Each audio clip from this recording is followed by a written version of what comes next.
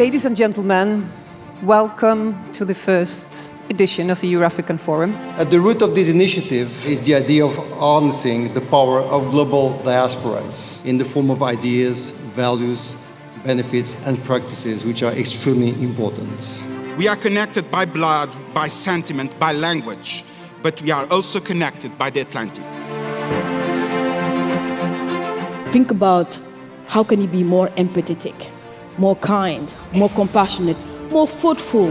What brings us here today is our collective will to rebuild trust between Africa and Europe. I created an initiative called My African Startup in order to look for innovators. There is a perception about the region, about the continent, and there is really a lack of trust, which is built on ignorance. Since Africa is different, the Francophone, the Anglophone, and all that, there will be benefits and a win-win situation for both sides. It's not easy to start this kind of way, a vital way for both continents. Because in the middle of this dispute, Europe and Africa together are much stronger than each one on itself.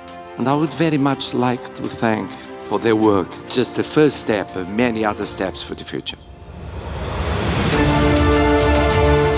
A África está aberta para continuar a cooperar com a Europa, mas quer uma nova cooperação adaptada aos nossos dias. When you talk about our experience, it's things that other people can corroborate, it's things that other people can validate and experience and relate to. So if you have 500 black women saying, I feel this too and I can relate to your content and this is why I'm empowered, then why would you then question that source? The involvement of the new economies in the world is changing the dynamics of Africa's interest. Now what we need is to create the conditions for capital to flow into Africa. To create infrastructure, to create facilities that allow these countries to develop. We're here talking about where the fourth industrial revolution plays when it comes to African markets. This device, smartphone, is about to change part of the story of Africa and the continent in the next years. So all these industries are industries where, we were behind in Africa, but now we're investing in them and we're leapfrogging. How do we enable sort of professionals to be able to use and compete in a highly technologically advanced ecosystem?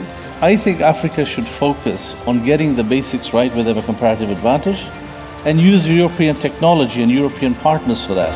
The African diaspora, or Europeans of African heritage, are especially good at communicating in ways that are professional and inclusive.